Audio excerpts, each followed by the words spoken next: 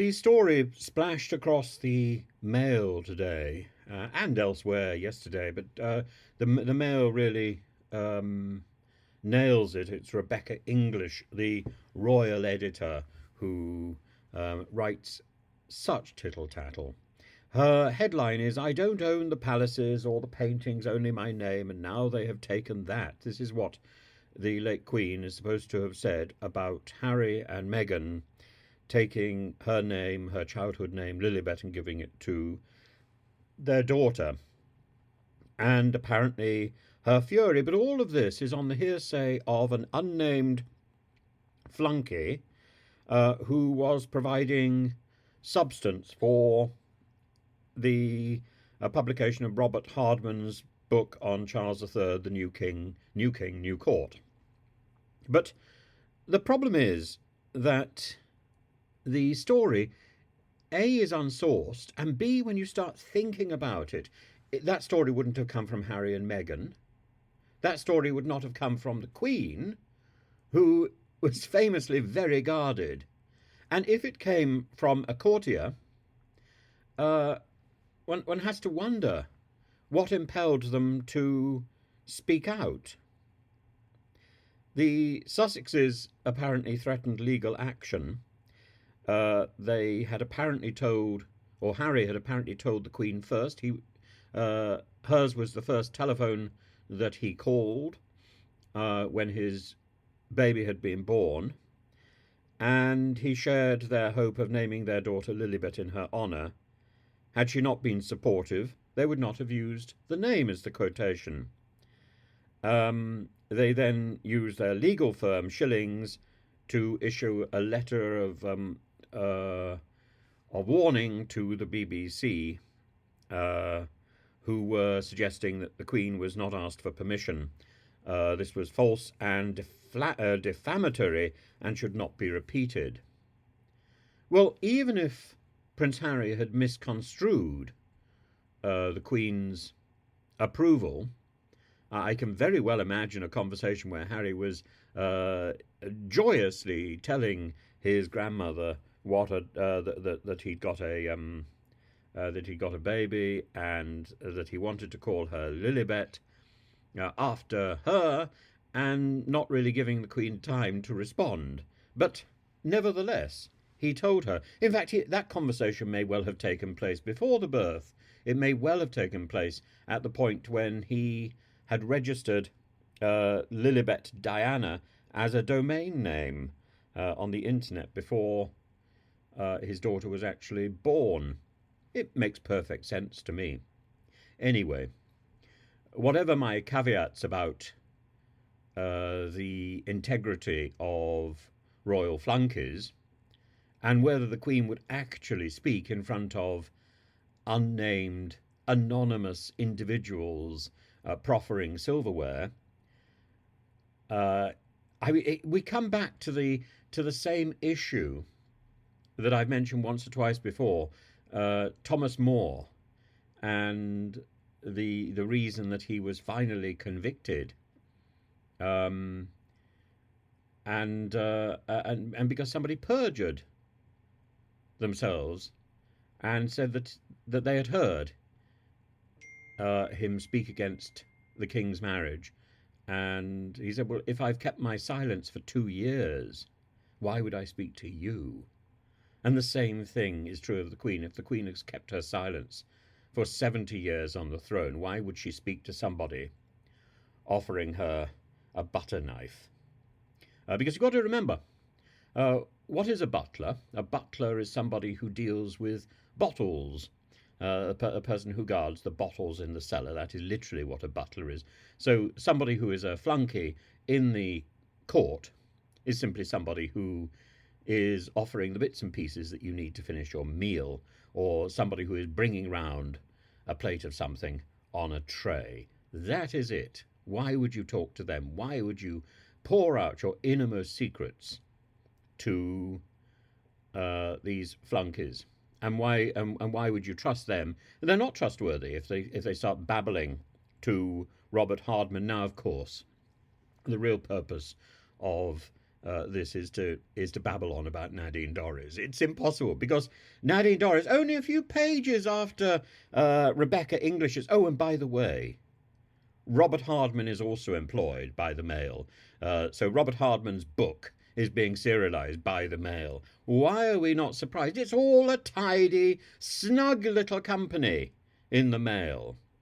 So Rebecca English does her bit, and then Nadine Dorries comes along to hammer home the shock and the dismay that Prince Harry and Meghan have so angered and upset the Queen. The Queen was probably far more upset by having to take down the exhibition at Dumfries, by having to take down the exhibition because it was soiled by association with fraudsters. But she says, the Mail serialisation of Robert Hardman's fantastic new biography of the King, Charles III, New King, New Court, has she read it? The inside story has been fascinating. It will be published on Thursday, and I've already pre-ordered my copy, so she hasn't read it. She's pre-ordered her copy, and she's writing about something she's not read. Oh my goodness! Does this person have any sense at all? That's not how you write a paragraph if you're pretending to have read the book, is it? And if you have read the book, you don't say you're getting your copy on Thursday.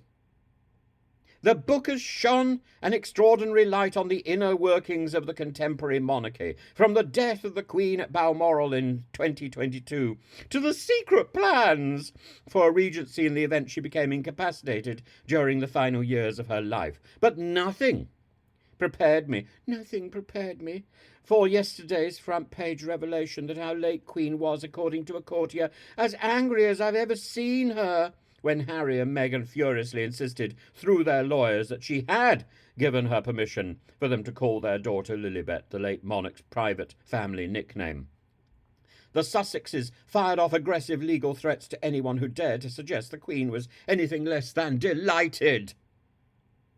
Yet now, thanks to Robert's impeccably sourced book, has she read it? No! It appears the final years of her reign were overshadowed not only by this extraordinary decision, but by Harry and Meghan's hunger for publicity and tendency to air their grievances on TV and in writing. The Queen embodied every virtue this pair lack. She was loyal, dedicated, hard-working, and driven by duty every day of her life, at times, if we are honest, to the detriment of her own family and happiness. She always put the nation first. The name Lilibet arose from from when the future Queen was a small child and charmingly struggled to pronounce Elizabeth. She is literally repeating what was in Rebecca English's article. Has she got nothing original to write? And so we go on. When I read the revelations in Robert's book, oh, she has read the book. Oh my goodness! So for 1, 2, 3, 4 paragraphs, I thought she hadn't read the book. Now, paragraph 5, she claims she has read the book. So which is it? Has she read the book or has she not read the book? Has she got a copy? Has she not got a copy? Is she pre-ordering or has she got it tucked into her desk? What a burden the King has to bear over the past few years as his younger son and his wife have shared countless private details about the family and started fights with the media.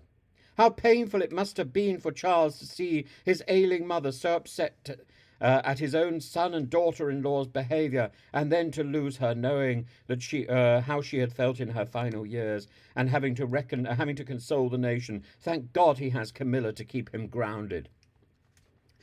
I don't dispute a lot of what Nadine Dorries says, but she's literally lifting the information from other pages in the Daily Mail. Why do the Sussexes, and Harry in particular, that makes no sense. Why do the Sussexes and Harry in particular there's only 2 Sussexes, keep acting like this?